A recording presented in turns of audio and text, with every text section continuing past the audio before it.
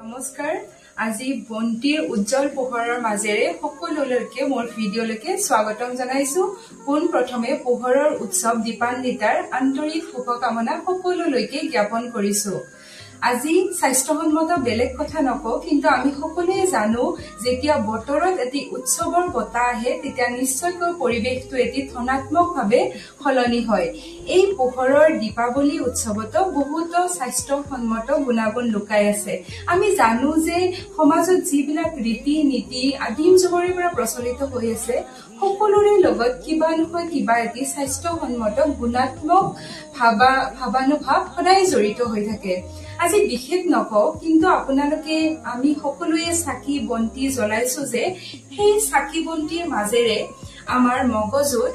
dopamine আৰু সেৰোটোনিন নামৰ কিছুমান হৰমন নিঃসৰণ হয় আৰু এই হৰমনবোৰে আমাৰ মন মগজু ধনাত্মক কৰি তোলাত যথেষ্ট সহায় কৰে লগতে আমি শুনো যে অক্সিটোচিন নামৰ যিটো হৰমন আছে this is work as mood booster অৰ্থাৎ আমাৰ মানসিক ধনাত্মকতা কঢ়িয়াই অনাত এই অক্সিটোচিন হৰমনে যথেষ্ট প্ৰভাৱ পেলায় আৰু যেতিয়া আমি নিজৰ ঘৰৰ নিজৰ পৰিবেশৰ এই দীপাৱলী উৎসৱত চাফ চিকুণ কৰিম নিজৰ ঘৰখন সজাই তুলিবলৈ যত্ন কৰিম সমাজৰ বিভিন্ন জনৰ লগত লগ হৈ হাঁহি ধেমালি কৰিম এই মুহূৰ্ত বলতে এই হৰমন বিলাকৰ নিঃসৰণ হয় গতিকে দেখিলেনে প্ৰত্যক্ষ বা পৰোক্ষভাৱে হলেও আমাৰ শৰীৰৰ প্ৰতিটো হৰমন প্ৰতিটো ৰাসায়নিক পদাৰ্থ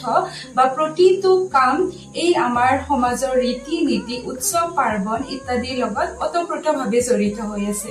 গতিকে শেষত পুনৰবাৰ পোহৰৰ উৎসৱে সকলোৰে মন মগজু আৰু পৰিয়াললৈকে উজ্জ্বলতা কঢ়িয়াই আনক বুলি ভগৱানৰ ওচৰত আশা কৰিছো আৰু আপোনালোকক পুনৰবাৰ পোহৰৰ উৎসৱৰ শুভকামনা জনাই আজিলৈকে ইয়াতে এৰিছো ধন্যবাদ